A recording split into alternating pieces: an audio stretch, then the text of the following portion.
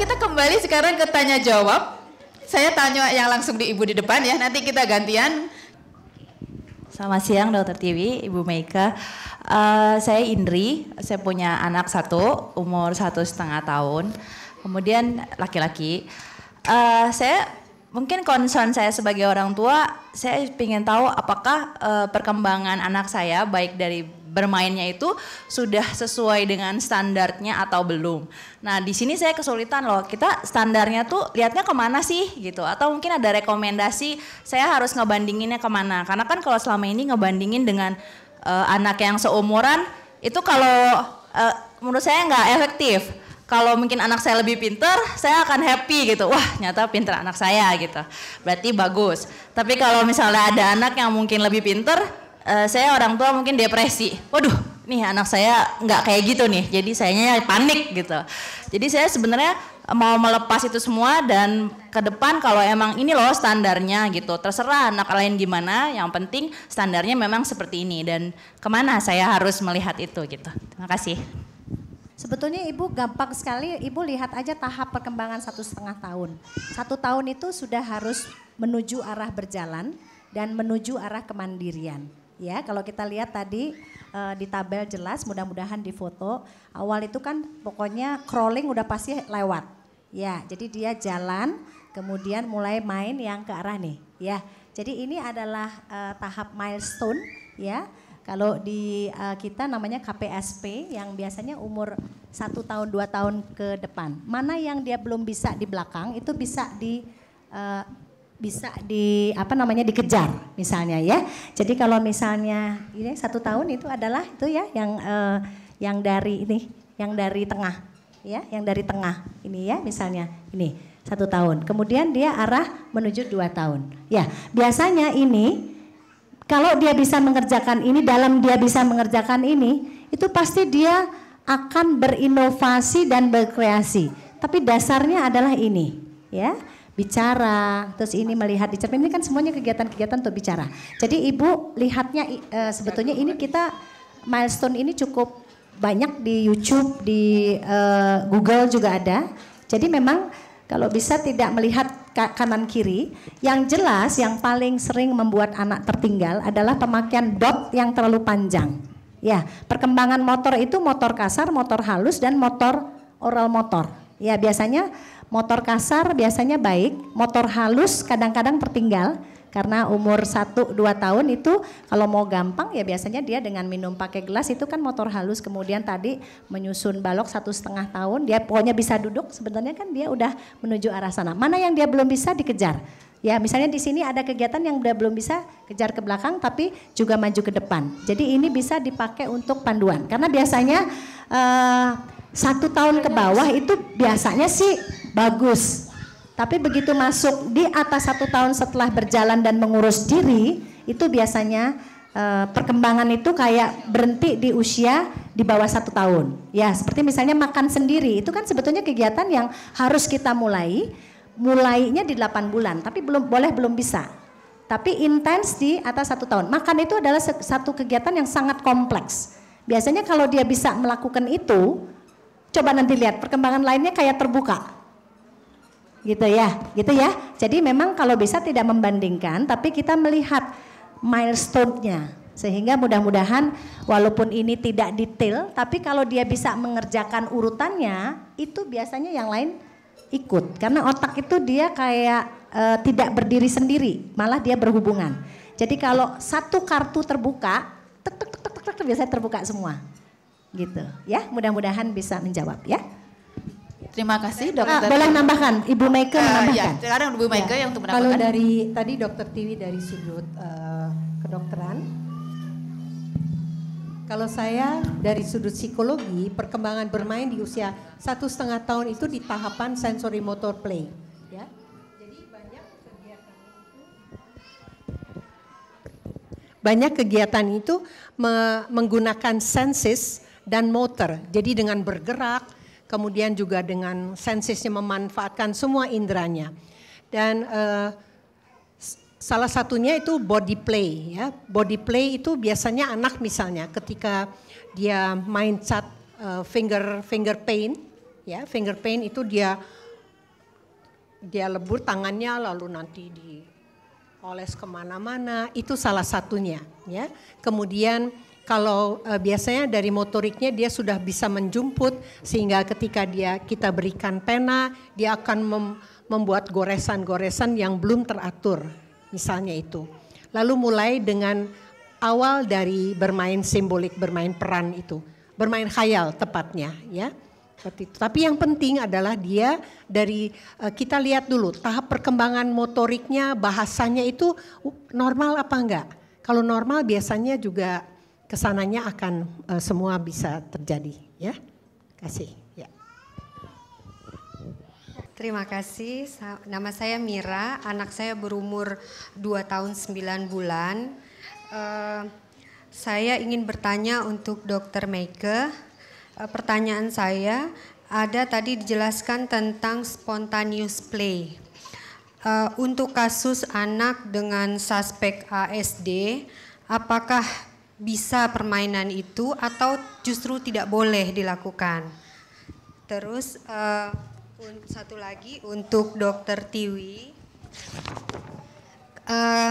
Kan tadi dokter mengatakan bahwa konsep tumbuh kembang itu berada di usia yang dini, di usia dini. Seumpama saya telah melakukan kesalahan dengan tidak melakukan stimulasi di usia awal, berarti kan tadi pondasi untuk anak saya itu kurang. Apakah itu bisa diulang dengan umur yang ada sekarang gitu? Terima kasih, Dok. Itu yang terjadi banyak, kami kebetulan punya klinik tumbuh kembang dan kebanyakan ASD ya. Jadi ASD itu seringkali gangguannya adalah, ASD itu autistik ya. Jadi mungkin yang lain belum tahu ya. Autistik itu biasanya seringkali di gangguan interaksi ya, yang sering datang ke kita adalah gangguan bicara ya. Nah, kalau biasanya kita lihat bisa aja dia perkembangannya memang dari sananya itu autistik bisa. Tapi seringkali kita lihat dia sebetulnya, saya nggak tahu putra ibu, tapi seringkali kayak orang otistik yang kita lihat, biasanya saya dari bayi lihat, makanya saya seringkali minta orang tua itu jangan hilang gitu ya sebelum kita yakin bahwa perkembangannya normal. Karena stimulasi, biasanya saya paling sering lihat itu adalah gadget. Waktu dia belajar bicara, kemudian dia dikasih itu sehingga interaksinya hilang. Nah kalau misalnya sudah terlanjur terjadi itu, gampang sekali, banyakin aja outdoor activity, karena kalau 2 tahun udah pasti bisa jalan, bisa lari. Tapi anak-anak ASD seringkali bisa nggak naik sepeda Bu? Belum bisa ya, biasanya anak-anak ASD itu dia nggak bisa di koordinasi itu. Ya, jadi biasanya bukan kita langsung suruh naik sepeda, tapi biasanya terapi sensori integrasi mungkin ibu udah kerjakan, itu semuanya ke motorik kasar kalau kita lihat. Ya, main prosotan, main trampolin, main loncat, main ditindih seperti sandwich, itu sebetulnya membangunkan arousal otak.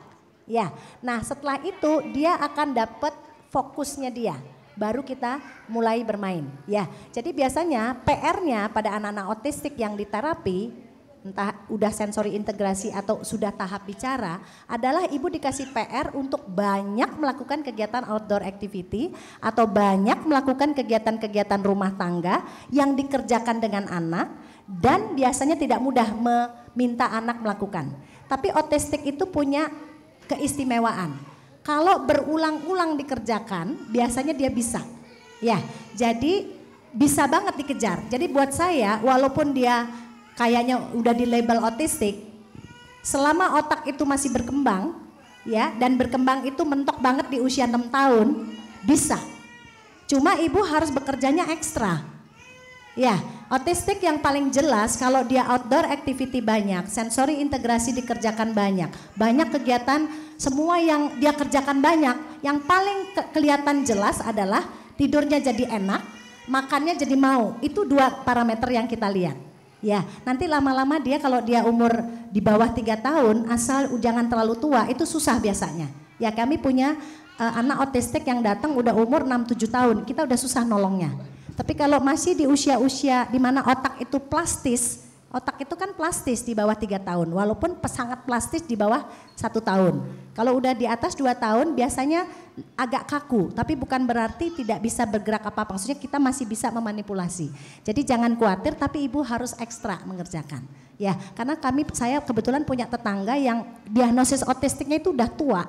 Ibunya notaris di Bank Indonesia, berhenti dia, sekarang anaknya sudah mahasiswa di universitas biasa. Ya, jadi jangan khawatir. Ini masih ke tahap yang otak sangat plastis. Jadi ibu masih punya banyak waktu. Yang penting ibu tidak boleh putus asa dan terus. Ya, karena yang berjuang anak-anak otistik itu bukan terapis, bukan kita, orang tua. Ya, seberapa jauh ibu mengerti tentang perkembangan otistik itu? Seberapa jauh ibu paham tentang itu? Jadi juga jangan maunya cepat, karena ini memang perlu waktu. Ya, mungkin itu Ibu Meike silakan. Ya, pertama autistic spectrum disorder itu kan ada 3 level, level 1, 2, 3, ringan sampai berat, karena itu disebut spektrum. Itu pertama. Saya tidak tahu untuk putra ibu bagaimana. Tentang spontaneous play atau free play, saya tidak tahu apakah ibu pemahaman ibu kurang pas gitu. Jadi misalnya kalau pada anak autis, mereka seringkali bermain sesuai dengan apa yang ada di pikirannya ya, misalnya saja mengetuk-ngetuk mainan itu terus gitu. Kalau anak lain mengetuk-ngetuk gitu sesekali, tapi lain kali tidak. Tapi kalau anak autis ada kecenderungan stereotipi, mannerism, diulang-ulang terus. Atau kalau main itu suka menderetkan mobil-mobilan, harus itu presisi dan dari waktu ke waktu. Mungkin apakah itu yang ibu maksud free spontaneous play. Nah, yang perlu dicegah adalah anak ini melakukan mannerism tersebut ya. Jadi hanya melakukan sendiri lalu diulang-ulang hal-hal yang itu. Biasanya kita perlu masuk ke situ. Ada tekniknya sebetulnya floor time, dear floor time. Floor time itu biasanya nanti orang tua diajarkan oleh terapis bagaimana bermain dengan anak otis, masuk ke dunia dia sehingga akhirnya dia belajar interaksinya bisa dilakukan dengan orang lain, tidak dengan hanya dirinya sendiri. Begitu Bu. Apakah sudah cukup menjawab atau? Izin melanjutkan Dok. Jadi waktu itu saya sudah pernah konsultasi ke sini dengan Dokter Luh. Dokter Luh bilang kurang stimulasi, anak saya kurang stimulasi. Terus saya disuruh banyak kegiatan outdoor seperti yang dokter sarankan itu. Sekarang sih sudah mulai lebih sering untuk bicaranya gitu. Tapi tadi yang dokter bilang, jadi dia sering kalau sudah sendiri itu sering sibuk, misalnya di kasur sering loncat-loncat. Cuman yang saya bingung kan kalau di terapi sensori integrasi itu juga ada main trampolin itu gitu. Apa saya harus membiarkan itu atau bagaimana gitu? Ya, makasih. Ya, sebetulnya dosis terapi itu justru dokter rehab jadi trampolin yang berlebih juga nggak boleh, itu kayak dosis obat Bu. Kalau dia berlebihan, tadi stereotipiknya itu akan berlanjut. Justru itu yang kita harus cegah, ya, supaya anak tidak melakukan berulang-ulang sehingga tidak melakukan yang lain. Ya, jadi makanya tidak dianjurkan ibu punya trampolin di rumah. Ya, tidak dianjurkan karena memang itu ada dosisnya. Ya. Justru kalau dia karena itu memang dia memang enak otaknya, justru tidak boleh melakukan itu berulang-ulang supaya dia tidak monoton itu sehingga perkembangan yang lain atau kegiatan lain dia hilang. Itu yang tadi Bu Meike bilang floor time. Jadi orang tua ya, Ibu Meike silakan kalau mau dilanjutkan. Jadi kalau misalnya lompat-lompat di tempat tidur itu hanya salah satu kegiatan yang tidak selalu dia lakukan tiap hari. Nah, ibu atau ayahnya bisa ikut lompat-lompat di situ supaya tetap ada interaksi. Lalu angkat tangan pegang tangannya sambil ketawa-ketawa gitu ya. Tertawa-tawa. Itu salah satu cara kita masuk ke dia. Tapi dari segi kedokteran sejauh mana itu sudah overdosis, nah itu saya serahkan ke ahlinya lagi. Ya. Dan tidak perlu ibu loncat-loncatnya di tempat tidur juga. Jadi mungkin ibu, karena kita harus menarik dia bergerak dan berinteraksi, sebetulnya itu kuncinya. Ya, karena kalau otak itu dia akan, kalau dikasih oksigen, dia akan lebih fokus sebenarnya itu. Ya, prinsipnya itu ya. Selamat siang dokter, anak saya sekarang umur 2 bulan dan yang satu lagi umur 3 tahun. Yang saya ingin tanyakan, jadi ini kejadian di kakaknya yang umur 3 tahun. Jadi dia dari kecil banget, dari mulai bisa menjumput sama main di lantai, dia suka banget ngeberantak-berantakin barang. Jadi misalnya dikasih Lego atau dikasih mainan, itu kayak disebar di seluruh ruangan sampai bunyinya tuh nyaring dan mainannya tuh harus nyebar banget baru dia puas, baru dia berhenti, terus dimasukin lagi diberantakin lagi kayak gitu. Nah awalnya kan saya kira itu tahapan perkembangannya dia, tapi sampai sekarang umur 3 tahun masih kayak gitu. Nah pertanyaan saya, nanti kalau misalnya adiknya seperti itu, apakah harus saya stop atau saya biarkan seperti kakaknya? Itu sama yang satu lagi untuk kakaknya juga. Jadi kalau dari chart tumbuh kembang dia normal. Tapi ada satu poin yang dia masih kurang, yaitu di usia 3 tahun kan seharusnya sudah bisa mengayuh sepeda roda 3 sejauh 3 meter. Nah itu dia nggak mau ngayuh gitu. Dan ini agak susah dimanipulasi ya. Jadi kalau yang lain misalnya harus menggunting atau apa, kita bisa bikin untuk menarik. Nah sepeda roda 3 itu kan harus emang dari dianya sendiri yang mau mengayuh kan. Nah dia nggak mau, dia lebih memilih menyeret sepedanya dengan kakinya itu sampai sekarang. Itu gimana ya dok cara stimulasinya? Ya, demikian pertanyaan saya, terima kasih. Ya, oke. Jadi sebetulnya otak Bu, otak itu berkembang dengan dia mendapat pengalaman. Ya. Kalau sepeda, jadi sebetulnya jangan disuruh ngayuh Bu. Kalau kita jalankan, kan dia akan bergerak ya.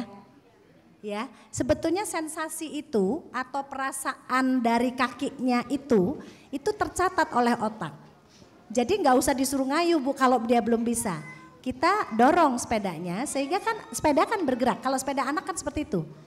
Nah itu lama-lama kalau kita terus kerjakan, otak jadi ngerti. Memberikan instruksi, ya. Tapi tadi seperti Ibu Meike bilang, tidak boleh anak dipaksa, karena dia biasanya menemukan sendiri. Sebetulnya semua prinsip belajar pada bayi atau anak itu. Jadi berulang-ulang, akhirnya dia menemukan sendiri. Itu yang Dr. Loh sering bilang engram. Jadi kayak berbentuk simpul, ya. Jadi kenapa orang bisa makan sendiri? Kadang-kadang 2 tahun ada bisa pakai sumpit. Dia nggak otomatis kerjakan. Dari awal dia sudah mengerjakan, lama-lama dia ketemu sendiri. Ya, makanya makan itu kalau ibu yang nyuapin gak akan bisa dia makan karena dia harus mengerjakan sendiri. Otaknya harus punya pengalaman, harus mendapat pengalaman dari otot-ototnya, masuk ke otak dan otak memberikan perintah. Tapi gak bisa sekali perintahnya Bu, berulang-ulang. Ya, itu prinsipnya belajar pada bayi atau anak untuk semua kegiatan. Yang penting jangan dipaksa. Jangan dipaksa, kemudian anak melakukannya itu dengan gembira, bergairah. Pasti masuk. Prinsipnya belajar begitu. Semua ya, semua kegiatan. Silakan Ibu Meike. Ya, tentang bermain untuk menyebar-nyebarkan. Kemudian memasukkan lagi ke kotak. Itu ada tahapannya. Biasanya usia 1 tahunan, ya. Dumping play. Jadi dia tuh senang lihat sebab akibat.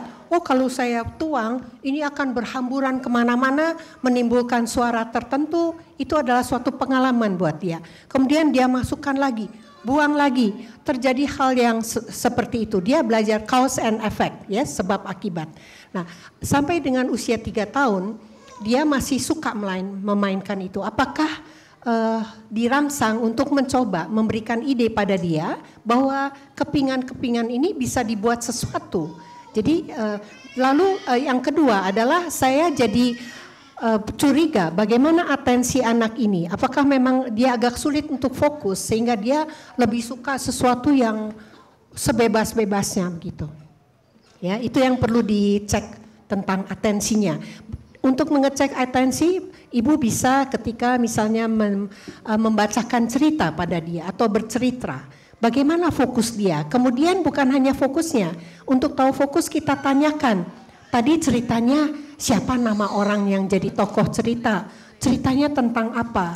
Kemudian pertanyaan selanjutnya, bagaimana perkembangan bicara dia? Apakah dia sudah lancar untuk berinteraksi timbal balik? Gitu. Jadi mungkin saja perlu juga dilakukan suatu assessment pada anak ini. Saya nggak tahu apakah semua sebenarnya sudah baik, hanya khusus untuk bermain dumpling play itu yang tetap dia lakukan. Bagaimana ketika dia ibu suruh misalnya mewarnai gambar, 3 tahunan biasanya sudah mulai bisa memegang pensil, hanya hasilnya belum halus, ya, masih keluar garis, masih coretannya kasar. Walaupun ada anak yang sudah bisa halus sekali mewarnainya, itu karena keturunan pelukis biasanya, ya. Beneran, ya. Jadi itu yang perlu diperhatikan. Ada beberapa hal yang perlu diperhatikan, Bu, ya. Tapi coba diajak, jadi beberapa tanda untuk apakah dia bisa fokus atau tidak perlu ibu tes juga dengan kegiatan lain. Atau mungkin karena stimulusnya, objeknya ini memang merangsang dia untuk melakukan sesuatu yang agak bizar begitu ya, disebar-sebar. Bagaimana ketika dilakukan dengan kegiatan yang lebih terstruktur?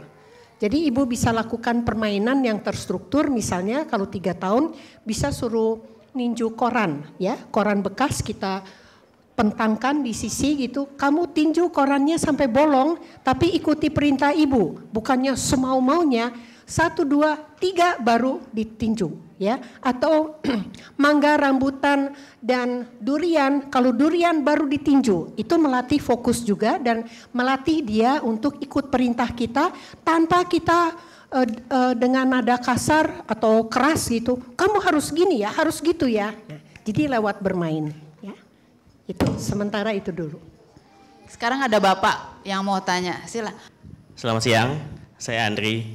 Yang mau saya tanyakan ke Ibu Maike, sebenarnya ada 2 pertanyaan sih, tapi kalau cuma 1 ya nggak apa-apa lah. Yang pertama sih, berapa lama waktu untuk anak-anak bermain dalam waktu sehari? Karena anak saya 15 bulan, dia untuk bermain sampai lupa waktu. Kadang dia ngantuk pun masih pengen main. Nah kadang kita suka tahan, udah ngantuk, udah oleng masih pengen main gitu. Nah itu berapa lama waktunya, terus gimana cara kita bikin mereka main, walaupun dia sudah ngantuk tapi pengen main. Sudah jalan, udah oleng, masih main. Yang kedua, boleh nggak yang kedua nih? Ini karena saya GP ya, kebetulan saya GP, mengasah fungsi panca indera itu dari segi kedokteran itu bagaimana ya dok ya? Maksudnya? Kan tadi ada di slide-nya dokter, di slide-nya Ibu Maike itu ada mengasah fungsi panca indera. Nah kalau dari segi kedokteran itu bisa nggak sih mengasah fungsi panca indera? Ya. Makasih. Saya duluan ya Bu, saya takut lupa. Sebetulnya saya takut lupa. Panca indera itu kan kalau kita karena GP ya, kalau kita peluk itu kan banyak panca indera yang didapat oleh seorang anak dan itu adalah basic.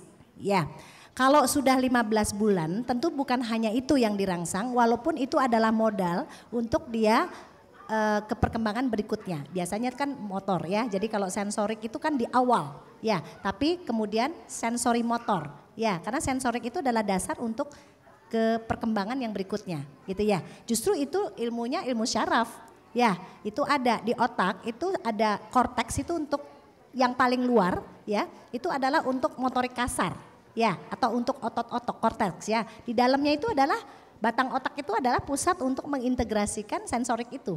Jadi yang sensori integrasi, terapi pada anak yang macam-macam problem itu seringkali hanya dengan sensori integrasi. Sebetulnya itu adalah mengatur supaya batang otak bisa menangkap semua stimulus dengan baik sehingga keluarnya juga baik. Justru itu ilmu kedokteran yang belajar tentang itu, khususnya tentang syaraf gitu ya. Silakan Ibu. Ya, mudah-mudahan ingat. Oh ya, pertanyaannya berapa lama bermain? Berapa lama? Apakah biasanya bermain menjelang tidur malam? Kalau memang ya, permainannya yang menenangkan. Karena memang kita perlu menghindari permainan yang terlalu excited. Kadang-kadang kan para bapak lebih suka bermain kasar, guling-gulangin berguling-guling tempat tidur, tinju-tinju. Nah itu hindari. Itu boleh siang hari. Tapi malam menjelang tidur, permainan sederhana, yang lebih tenang. Misalnya lotioning tadi, lullaby begitu ya. Lalu kalau dia, saya yakin anak ini karena excited, ketemu bapak ibunya, aku sekarang nih bisa main. Karena di siang hari nggak mungkin bapak ibuku kerja gitu. Jadi dia tuh pengen pelototin matanya terus supaya bisa dengan ayah ibunya. Nah kita bisa tenangkan dengan dia, ya, oh kamu masih mau main, sekarang tidur di atas dada papa ya, ayah atau ibunya sambil tepuk nyamuk atau apalah, itu bisa kita kreasikan sendiri ya. Tentang berapa lama bermain tergantung sih. Kalau selama anak ini tidak bosan dan tidak sampai membuat dia sakit begitu, nggak apa-apa. Tapi karena ini menjelang tidur, kita perlu juga misalnya mematikan lampu gelap semua. Dia tahu ini adalah tanda untuk mau tidur, gitu ya. Kasih. Terima kasih Bu Maike. Iya, terima kasih. Nama saya Utami, anak saya 11 bulan mau 2 minggu. Yang mau saya tanyakan adalah saya pernah membaca di Instagram ada artikel yang menyatakan bahwa ketika bayi atau anak bermain dengan ayahnya itu akan membuat anak menjadi lebih cerdas. Yang saya ingin tanyakan adalah apa perbedaan bermain dengan ibu dengan ayah? Apakah perkembangan kecerdasan anak akan berbeda atau bagaimana, Bu? Terima kasih. Ya, sebenarnya bermain dengan ayah dan ibu sama saja ya.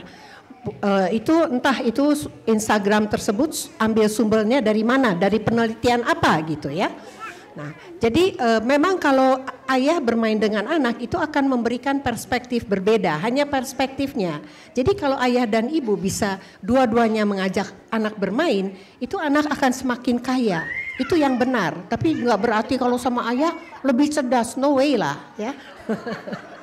Maaf para ayah, tapi kenyataannya ibu ayah itu dua-dua bisa mencerdaskan ya. Dan yang penting tadi happy, kemudian anak enjoy dan interaksi, dan bahasa itu penting. Pakai bahasa Indonesia, jangan bahasa Inggris. Bahasa ibu dulu ya. Ada tambahan Dokter Tiwi? Ini nggak ada researchnya sih. Kalau Ibu Meike ini kan seorang pengajar ya, pendidik yang dimana semuanya ada research. Tapi kalau saya lihat di kamar praktek, kalau seorang bayi atau anak, bapak itu biasanya mainnya agak kasar ya Bu ya? Ya, physical biasanya ya. Kalau dia banyak bermain bersama ayah, biasanya kan lebih ke fisik dan lebih tidak takut ya. Biasanya anak itu kayak lebih confidence, ya. Tapi bukan berarti lebih cerdas, ya. Tapi yang tadi saya kasih lihat di tangga itu adalah salah satu anak yang sangat banyak dipegang untuk hal-hal yang eksploratif naik tangga. Itu biasanya ibu-ibu takut atau ibu-ibu maksudnya kurang nyaman kalau disuruh ngikutin anak naik tangga. Tapi itu sangat dekat dengan ayahnya. Ya, jadi atau ayah setiap kali dia ketemu ayahnya dia mainnya berbeda. Jadi dia tahu kalau anak ayahnya dia main fisik, main yang bahaya-bahaya. Dan ayahnya memberi kesempatan untuk melakukan itu. Ya, ingat otak belajar semakin banyak yang dirangsang itu pasti semakin baik. Ya, kalau ibu-ibu biasanya maunya duduk.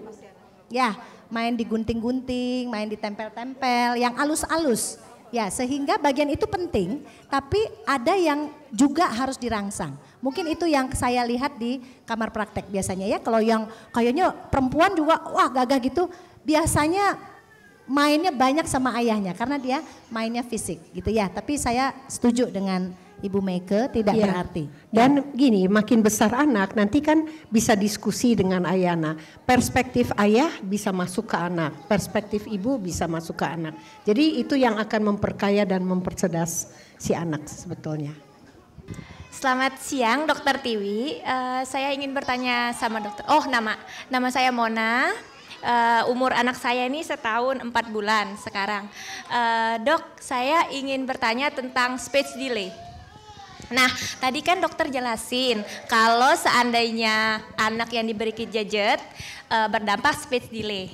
Saya ingin tanya dok, kapan sih umur berapa si anak supaya saya aware kalau dia speech delay? Karena seumur ini dia baru bisa ngomong mama gitu-gitu. Terus dengan bahasa planet dia.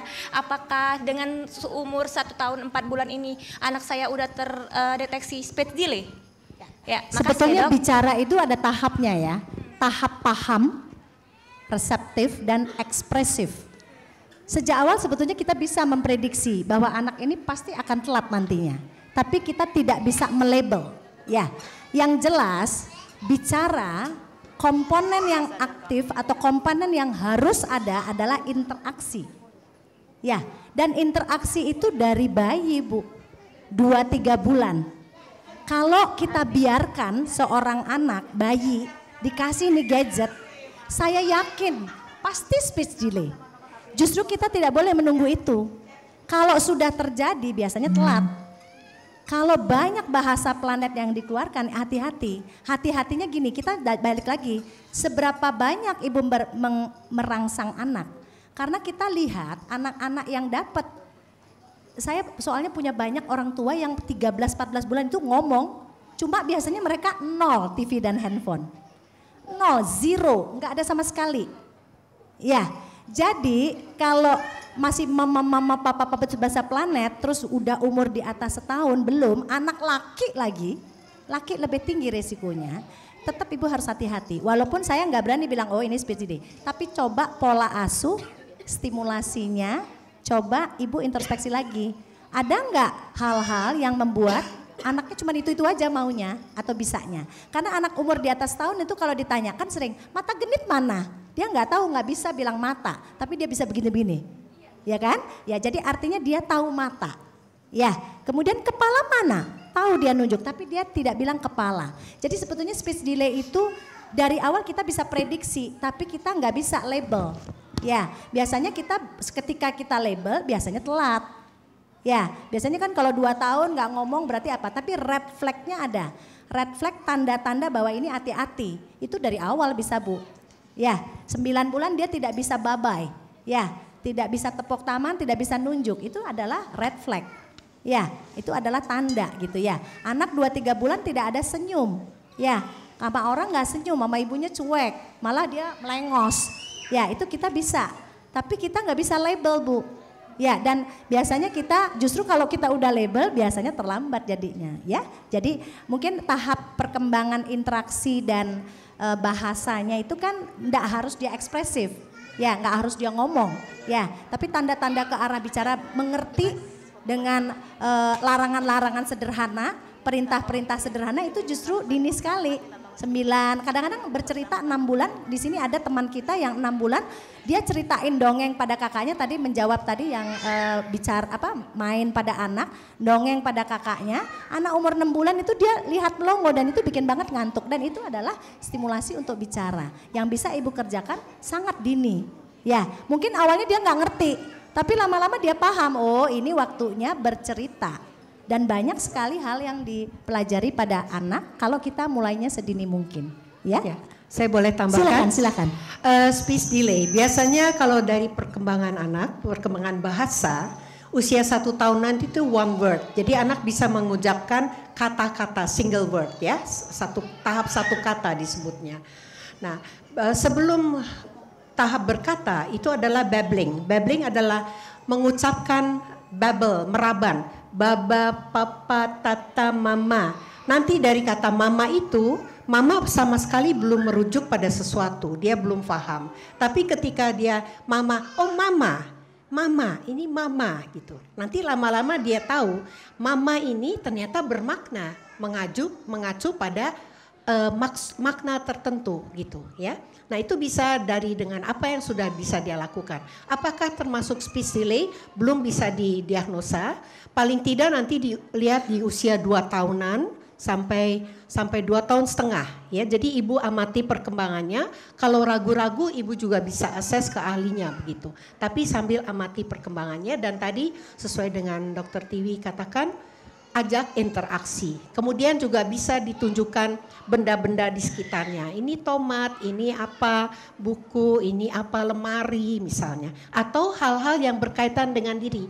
Rambut kamu, ini rambut gitu. Rambut si anak, rambut ibunya. Nanti mata, hidung.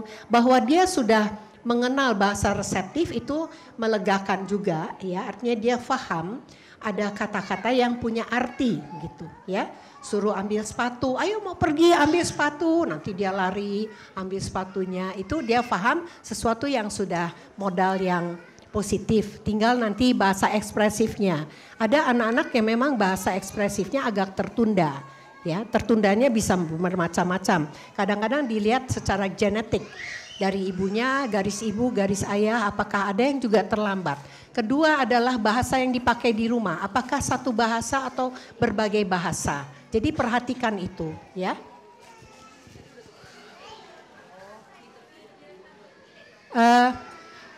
Anak itu bingung bahasa.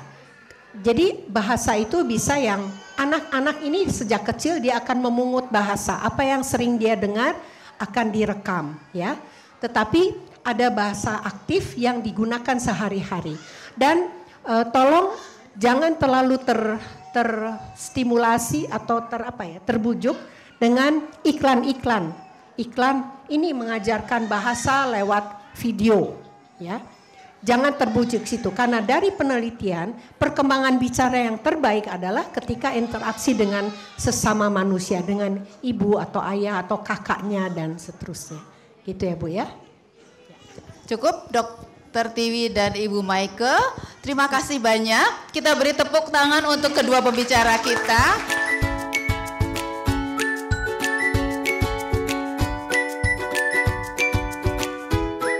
Udah yang kedua kali aku ikut parenting kelas Dokter Tiwi. Yang pertama mengenai MPASI dan yang kedua ini mengenai bermain bersama Batita.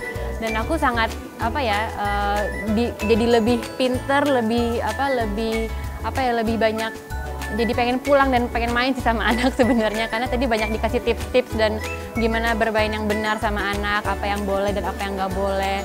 Terutama kan kita kan sebagai seorang ibu kan pasti maunya anak kita jadi yang terbaik gitu kan. Tapi kan kadang-kadang suka ngebandingin sama anak lain kok bisa ini, yang ini anak saya belum gitu. Jadi terbantu banget dengan parenting class. Jadi kita lebih fokus ke apa yang anak kita bisa lakuin di umur berapa dan harus distimulasi seperti apa. Jadi memang nggak lagi banding-bandingin sama anak lain, tapi lebih percaya diri supaya anak kita jadi yang terbaik.